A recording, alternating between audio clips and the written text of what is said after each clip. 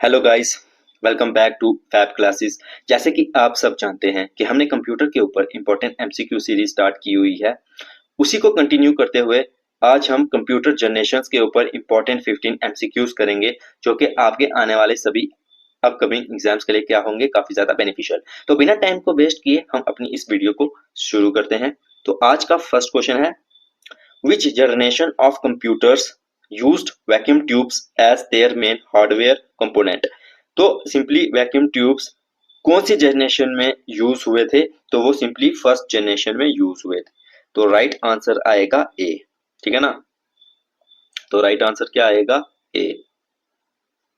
36 का right answer A है। The characteristics of the first generation of computers was. तो simply हमें first generation के कैरेक्टरिस्टिक्स के बारे में बताना है। तो वो क्या था? Time sharing, multi programming, huge size and expensive या इंटरनेट टेक्नोलॉजी। तो देखिए, जो फर्स्ट जनरेशन के कंप्यूटर थे वो बहुत ज्यादा ह्यूज साइज थे, बहुत ज्यादा एक्सपेंसिव थे और बहुत ज्यादा स्लो भी थे। तो इसका राइट आंसर आएगा सी। ठीक है ना? तो 37 का राइट आंसर है C.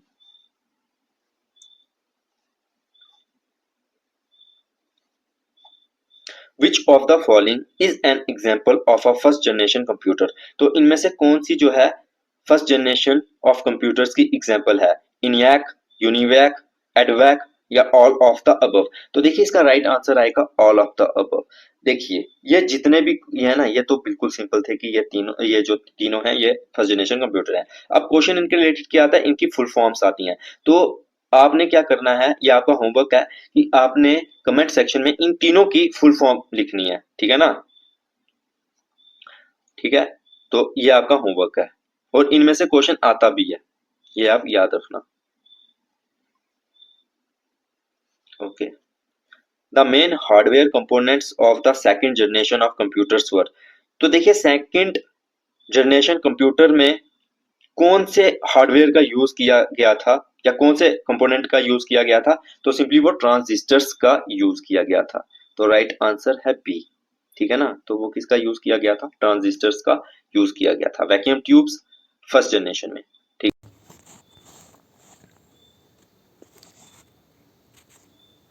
Which generation is associated with batch processing and multi processing? तो कौन सी जनरेशन में क्या हुआ था? एक तो बैच प्रोसेसिंग आई थी और मल्टी प्रोसेसिंग आई थी। तो सिंपली वो कौन से जनरेशन में आई थी? तो वो सेकंड जनरेशन में आई थी। ठीक है ना? तो राइट आंसर आएगा बी। ठीक है ना? तो B is the right answer. तो बी राइट आंसर है कि बैच प्रोसेसिंग और मल्टी प्रोसेसिंग सेकंड जनरेशन में। ओके। 41 क्वेश्चन है, what was the main hardware component of the third generation of computers? तो simply third generation of computers कौन से time से प्रोसेसर यूज करते थे? ठीक है ना? कि कौन से टाइप ऑफ वो प्रोसेसर्स यूज करते थे? तो वो इंटीग्रेटेड सर्किट्स का यूज करते थे। ठीक है ना? तो राइट आंसर ए है, जो कि सिलिकॉन चिप से बनती थी। ओके। तो क्वेश्चन नंबर 42 है, the characteristics of the third generation of computers was. तो थर्ड जनरेशन ऑफ कंप्यूटर की कैरेक्टरिस्टिक्स क्या थे? Time sharing and multi programming, batch processing, parallel processing, vacuum tubes. देखिए, बैच प्रोसेसिंग और पैरेलल प्रोसेसिंग ये second generation, vacuum tubes first generation. तो time sharing and multi process programming ये जो था, ये क्या था? थर्ड जनरेशन ऑफ कंप्यूटर्स के कैरेक्टरिस्टिक्स थे। Which generation introduced the micro processor? तो माइक्रो जो प्रोसेसर है वो कौन सी जनरेशन में इंट्रोड्यूस हुए थे? तो वो सिंपली फोर्थ जनरेशन में इंट्रोड्यूस्ड हुए थे। तो राइट आंसर आएगा बी। ठीक है ना? थर्ड जनरेशन में इंटीग्रेटेड सर्किट्स, सेकंड में ट्रांजिस्टर्स, फर्स्ट में वैक्यूम ट्यूब्स। अच्छा, फिफ्थ में आर्टिफिशियल एआई यूज हुआ है। ठीक है ना? फर्स्ट में क्या हुआ है? Vacuum tubes. तो क्वेश्चन नंबर 44 की ओर बढ़ते हैं। VLSI microprocessors are a characteristics of which generation? तो सिंपली VLSI कौन माइक्रो प्रोसेसर्स हैं, वो कौन से जनरेशन में यूज हुए थे? तो वो सिंपली फोर्थ जनरेशन में यूज हुए थे। ठीक है ना? तो 44 का राइट आंसर आएगा सी। अब VLSI का क्या मतलब है? Very large integrated circuits. ठीक है ना? तो सिंपली VL से याद रखो, वेरी लार्ज। ओके, ये मैंने आपको होमवर्क दिया था लेकिन ये क्वेश्चन आ गया, तो चलो देख लेते हैं। What does ENIAC stand for? तो ENIAC की फुल फॉर्म क्या है? Electronic numerical integrator and computer, electronic numerical integration and computing, electrical electronic network integrator and calculator, या electronic network integration and computation. तो देखिए, ENIAC की फुल फॉर्म सिंपली है electronic numerical integrator and computer. तो 45 का right answer है ए। ठीक है, तो क्वेश्चन नंबर 26 है, the fifth generation of computers is based on. तो जो फिफ्थ जनरेशन जो कि करंट है, वो कौन से जो है ना कंप्यूटर्स के ऊपर बेस्ड है? मतलब सिंपल है, कौन सी है वो? VLS VLSI टेक्नोलॉजी है, ULSI टेक्नोलॉजी है, AI टेक्नोलॉजी है, या ट्रांजिस्टर्स है? देखिए, अगर क्वेश्चन ये आए कि AI टेक्नोलॉजी किस जनरेशन में यूज हुई, तो उसका भी राइट आंसर यही आएगा, फिफ्थ जनरेशन। लेकिन यहाँ पर माइक्रो प्रोसेसर की बात की गई है, तो उसका राइट फिर आंसर आ जाएगा बी। यह होता है अल्ट्रा लार्ज, ठीक है ना। तो यूएल से हो गया अल्ट्रा लार्ज, तो फिफ्थ जनरेशन में यही यूज हो रहे हैं। तो 46 का राइट आंसर है बी। 47 की ओर बढ़ते हैं।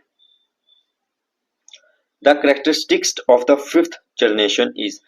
तो फिफ्थ जनरेशन की क्या करेक्टरिस्टिक्स है? Time sharing, parallel processing and AI, batch processing, vacuum tubes. देखिए, पैरेलल प्रोसेसिंग और एआई ये किसकी है? फिफ्थ जनरेशन की है। तो 47 का राइट आंसर आएगा B. Which of the following is an example of a third generation computer? तो सिंपली थर्ड जनरेशन कंप्यूटर की हमें एग्जांपल बतानी है। यूनिवैक फर्स्ट जनरेशन कंप्यूटर था, IBM 701 ये आपने बताना है। तो इसका राइट आंसर आएगा IBM 360/30। ठीक है ना। तो ये जो इंटेल 4004 है ना, इसके बारे में बहुत ज्यादा क्वेश्चन पूछा जाता है। तो आपने मुझे एक इसका बताना है और एक IBM 701 का बताना है कि ये कौन से जनरेशन के थे। यूनैक फर्स्ट का था और थर्ड का कौन था? IBM 360/30। ठीक है ना।